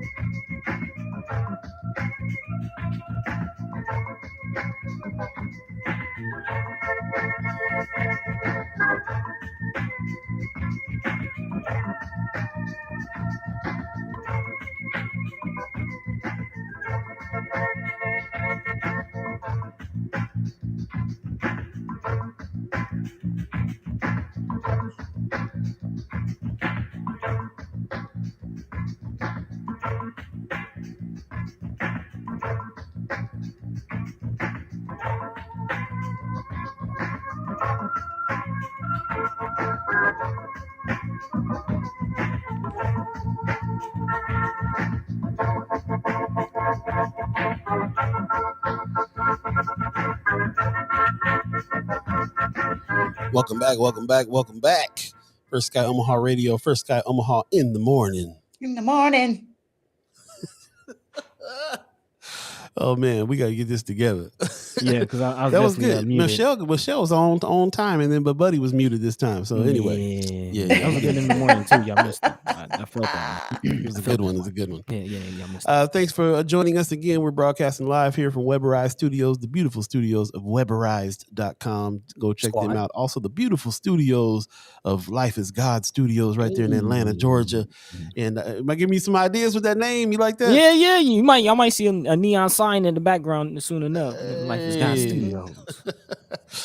Just to let y'all know, we are having a party. Buddy will be back in town here very soon on the 22nd of this month. It's coming up, isn't it? It's the 13th now. So. Also, I have an announcement. I have been invited to perform with Dilla Kids at Earth Day. While I'm there too. So yeah, if y'all want to show up, pull up. I believe that's the Saturday going on Saturday, the 26th, I think. Or 23rd. I have to give the date, but that's that Saturday. That Saturday at Earth Day. 23rd. It's the 23rd. Yep. That's the Earth Day event. Dilla Kids will be performing. I'm, be gracing the stage, making it. Where's the show at? And I'll have to. Give me a second. I get the flyer and I'll bring that back around for the Haps. Okay, I ran into who's the brother's name? Johnny No Good the other day. Man, shout out to Johnny No Good. Yeah, they got some big stuff going on out in that area over there in Little Bohemia where we're gonna be at. So they got an event happening the day before Outer Spaces. They got a yoga thing happening the morning of our event, and then they're planning on coming through to our event at the tiny house, and then they got some going on after that. So there's a lot of cross events happening right now coming up on that weekend. So we'll definitely keep you informed on that. Michelle, you gonna be out there? Of course. That's what I'm saying. You might want to bring a table out there and bring out your wares. I think I shall. Speaking of that, I thought you was gonna say you might want to bring your dogs. No, you can leave the beast. I'm sorry. Say what? What'd you say? I know I didn't hear that. Yeah, I know I didn't hear what I think I heard. I thought that's what you was about to say. I was like, what? And then you said your wares. I thought you was about, you might want to bring your dogs. Leave the beast in the field. Ever have to worry about me saying that. Ever. I don't care what's going on. But anyway, it is and this time I know that we had a tiny house party that was outside before. It's gonna be inside this time. We are working on getting a DJ for the inside. And so that's all going down, and drink specials and all that good stuff. But it's going to be a good time. And of course, the occasion is Buddy's back in town. And it'll be a little bit of celebration for 1024 passing and, all the things. And then a chance to get out and see all of you, a chance for us all to meet up and meet face to face. So come on through. And that's what's up, man. I'm can't wait for that you and Dilla Kids show on the 23rd, too. It's going to be hot. Real hot. Yeah, looking forward to it. I'm pretty excited. Yeah, it's gonna be down. In the meantime, between time, I guess it's kind of time for the haps. I'm thinking. So you guys got your haps together. Let's get your haps together. Get some shoulders moving. What's happening? What's going down?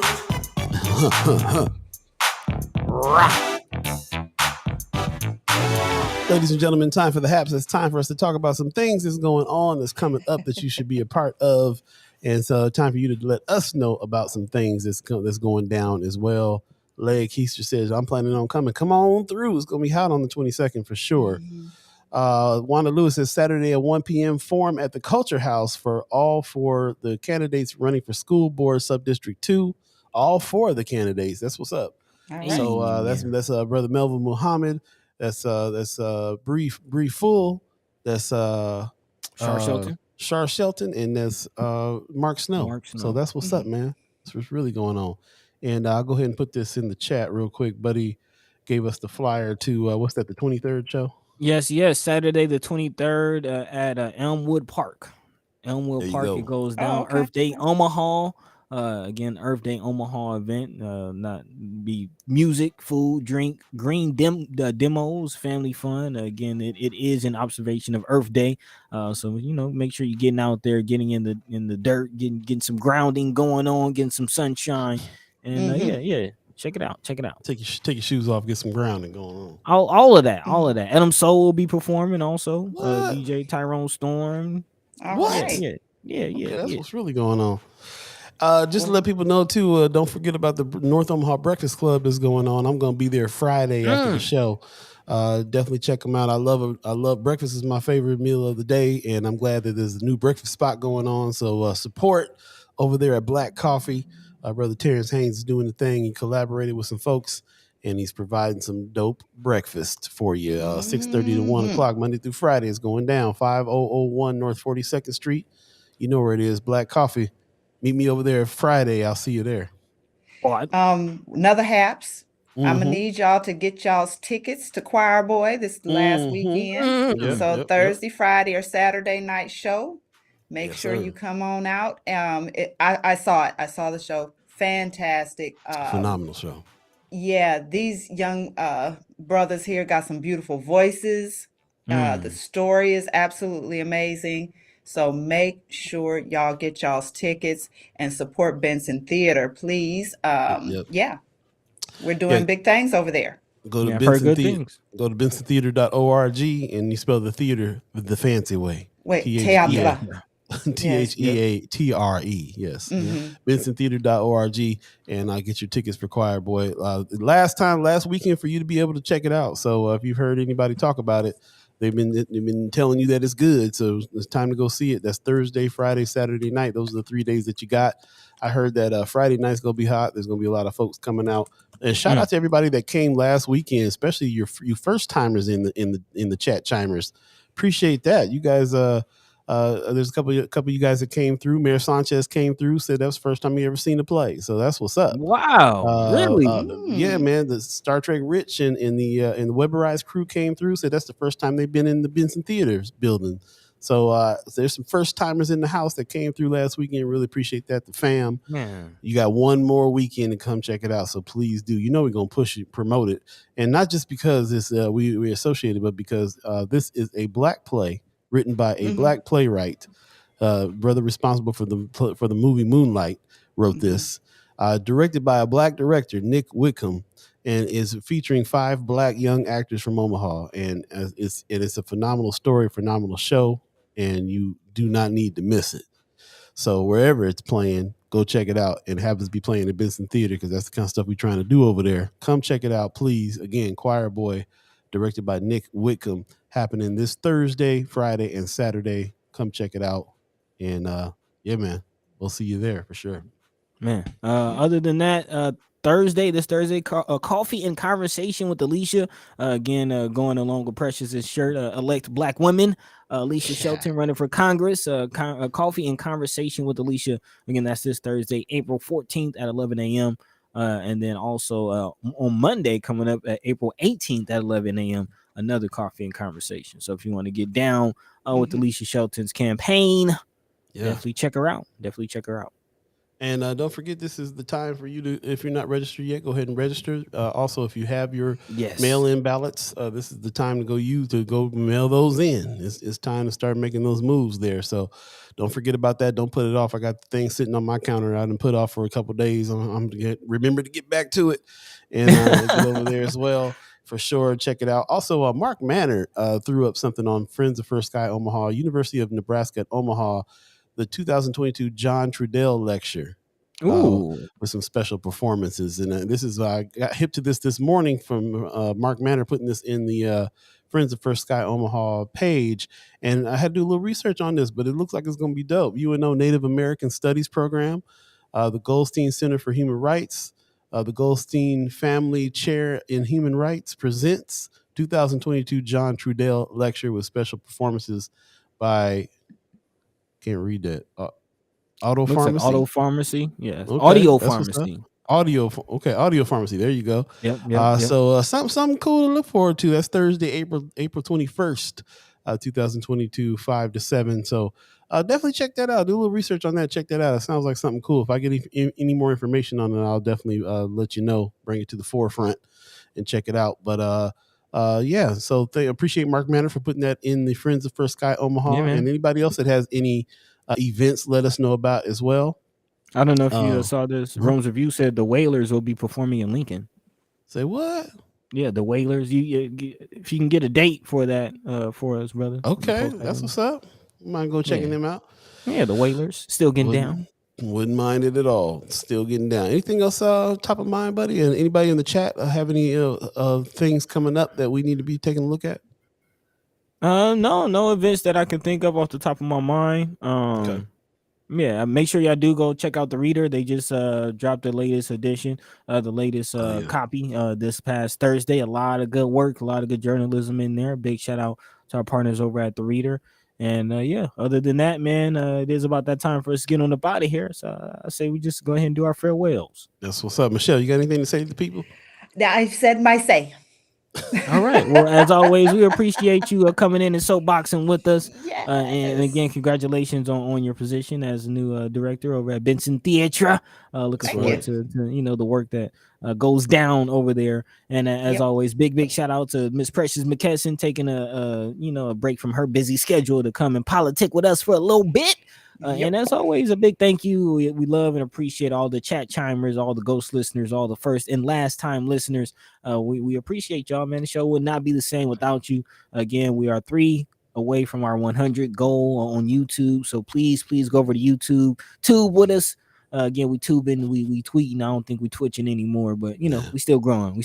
So again, catch us wherever you catch us. Same time, same place, Monday, Wednesday, and Friday, right here on First Sky Omaha. Without further ado, Paul B. Yo. Man, shout out to Precious McKesson. You know she went to church back in the day because she'd go out clubbing the night before and still get up in the morning and do that thing. That's what I'm talking about. Miss Erica Fell says, great show with food for knowledge. Have a wonderful Wednesday. Everyone drink water, keep your space, and be good to yourselves. Pop says, man, what a show. Women's Wednesday is my favorite day of the week. Thanks for another great morning experience, buddy. Give me that women shake. Women. I have been delivered. I've been delivered. Ladies and gentlemen, thanks for joining us. Thanks for everybody that chimed into the chat. I want to give a shout out to the Omaha tribe elders for allowing us to be on this land and speak while we're here. Shout out to our elders for allowing us to speak before them. And thanks to all of you that makes this show possible. This is a discussion show, and it cannot happen without the discussion. It means it can't happen without you. So we appreciate it. You have been delivered. It's going down for Sky Omaha in the morning for Sky Omaha Radio. And we really want to thank you so much for joining us. Thank you for all the people who are reoccurring members and sponsors of the channel as well. So if you are not yet and you are so inclined, go to firstskyOmaha.com, hit the donate button, and become a reoccurring member of the channel so that we can keep this thing going. Other than that, we're going to see you on Friday. It's going down on Friday as well. I don't have a confirmation on our guest yet, but as soon as I will, I'll go ahead and put that up in Friends of First Sky Omaha group page and let you know. And in the meantime, between time, we will see you then. See you Friday. So have a good one. You have been delivered. Peace. Peace. By the way, Vanglorious. This is protected by the red, the black,